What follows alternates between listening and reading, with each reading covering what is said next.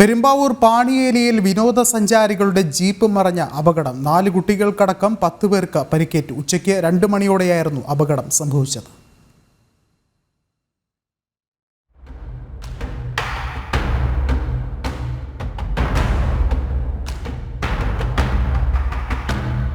കുന്നംകുളം സ്വദേശി ബിനോയും കുടുംബവുമാണ് അപകടത്തിൽപ്പെട്ടത്. ബിനോയ് ഓടിച്ചിരുന്ന ബൊലേറോ ജീപ്പ് പാണിയേലി പോരിന് തൊട്ടടുത്തുള്ള ചെളി നിറഞ്ഞ താഴ്ചയിലേക്ക് നിയന്ത്രണം വിട്ട് തല കീഴായി മറിയുകയായിരുന്നു.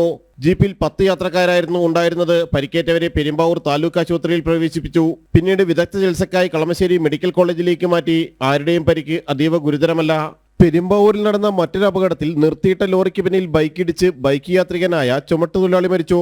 കിഴക്കമ്പലം പഴങ്ങനാട് പുള്ളിക്കൽ വീട്ടിൽ നികീഷാണ് മരിച്ചത്. പെരുമ്പാവൂർ പച്ചക്കറി മാർക്കറ്റിലെ ചുമട്ടുതൊഴിലാളിയായിരുന്നു. രാവിലെ വീട്ടിൽ നിന്ന് ജോലിക്ക് വരുന്നതിനിടെയായിരുന്നു അപകടം. ജനം, കൊച്ചി.